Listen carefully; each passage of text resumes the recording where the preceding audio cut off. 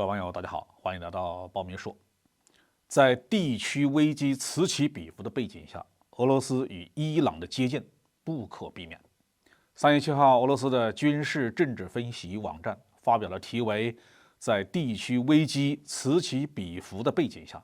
俄罗斯与伊朗的接近不可避免”的文章。据美国摇篮杂志报道，俄罗斯可能在明年3月向伊朗交付24架苏35战斗机。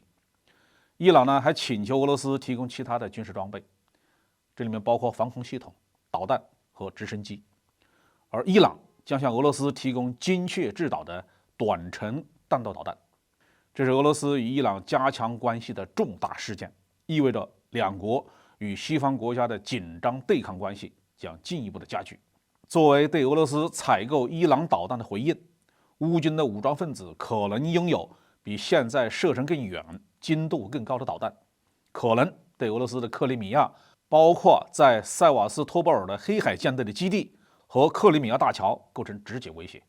今天的俄乌冲突战场是以美国为首的西方联盟对抗俄罗斯、中国、伊朗及其他盟友最明显的前沿。俄罗斯的研究人员认为可能的武器交易将被视为与西方更广泛的对抗。中国、俄罗斯、伊朗甚至印度和其他国家通过以本币进行贸易，对美元的统治地位发起挑战。更多的国家将建立联盟集团，特别是在南美洲、中东、西亚和非洲。乌克兰冲突的结局将决定新世界秩序的样式。伊朗和波斯湾地区安全问题专家纳吉米认为，伊俄交易会导致国际反应的两极分化。伊朗空军作战能力的提升可能会挑起本地区的军备竞赛。华盛顿呢可能向海湾国家提供先进的武器，包括向阿联酋提供 F-35。海湾阿拉伯国家将在防空领域加强与以色列和美国的关系。恰好美国国防部长奥斯汀3月份将访问海湾地区，他肯定会以此为借口推动实现美国军工集团在中东地区的利益。伊朗军事专家别尔托则认为俄罗斯不会向伊朗提供苏35歼击机或者是 S-400地空导弹系统，因为莫斯科与特拉维夫、利雅得和阿布扎比之间有禁止向伊朗出售先进武器装备的协议。俄罗斯清楚这一步可能导致以色列向乌克兰提供武器，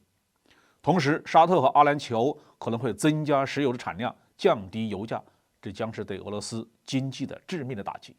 俄罗斯向伊朗出售歼击机将促使德黑兰在俄乌冲突中给俄方提供更大的支援。但是伊朗向俄罗斯出售无人机，包括近几个月伊朗国内持续发生的骚乱，导致了制裁压力的增大，反伊密集宣传和政治活动的加剧，再加上伊核协议被边缘化，这样一来，乌克兰战争变成了对伊朗不利的深度消极破坏性的因素。据《华尔街日报》2023年2月5号的报道，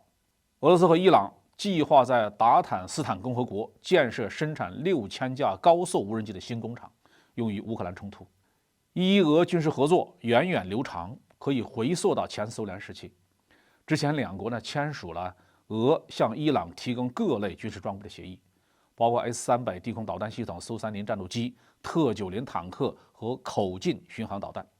那近年来，莫斯科和德黑兰就某些关键的国际地区间的问题也开展了合作，包括在叙利亚战争中互相提供政治、外交和军事支持。对莫斯科和德黑兰的制裁的压力，客观上导致他们互相接近，加强经济合作，为对抗美国对跨国金融交易的控制，弱化在全球金融网 SWIFT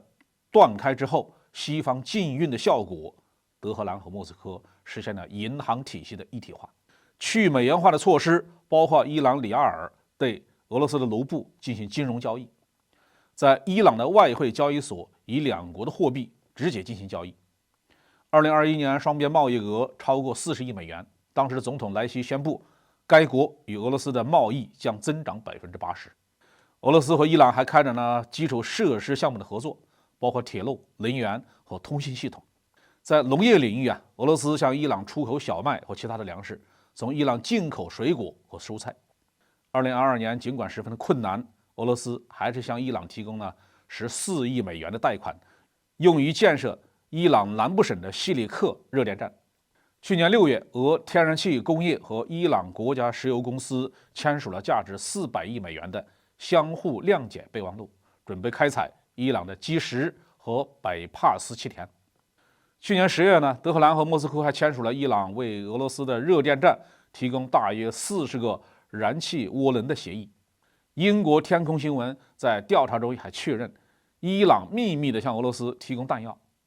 已经有2艘悬挂着俄罗斯国旗的货轮驶出伊朗的港口，通过里海前往俄罗斯，装载了大约1亿发子弹和约30万发炮弹。正像中俄在美国的逼迫下不得不抱团取暖一样，美国一手推动造成地区危机，必然导致俄罗斯和伊朗的接近。尽管莫斯科与德黑兰的利益并非完全一致，鉴于全球地缘冲突激化的背景，俄伊双边关系不排除向更加紧密的结盟方向发展。好，这句话题我们就说到这里。